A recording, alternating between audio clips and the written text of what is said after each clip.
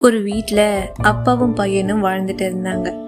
அவர் மனைவி எழுந்ததுக்கு அப்புறம் வீட்டு வேலையும் பார்த்துக்கிட்டு மகனையும் பார்த்துக்கிட்டு வேலைக்கும் போய்கிட்டு இருந்தாரு அப்பா.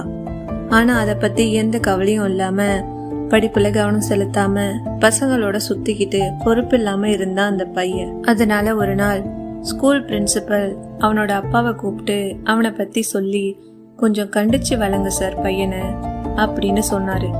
அப்பா அங்க எதுவும் சொல்லாம பையனை தான் வேலை செய்யற இடத்துக்கு கூப்பிட்டுட்டு வந்து உட்கார வச்சாரு.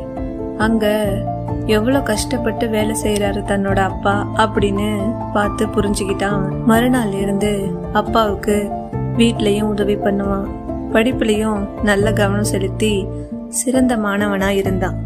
கருத்து: பெற்றோர்களோட வழி வருத்தங்கள் தெரிஞ்சு வளர்ற குழந்தை கண்டிப்பா பொறுப்பான பக்குவப்பட்ட குணங்களோட வளர்வாங்க. இந்த வீடியோ உங்களுக்கு பிடிச்சிருந்ததுன்னா லைக் அண்ட் சப்ஸ்கிரைப் பண்ணிக்கோங்க.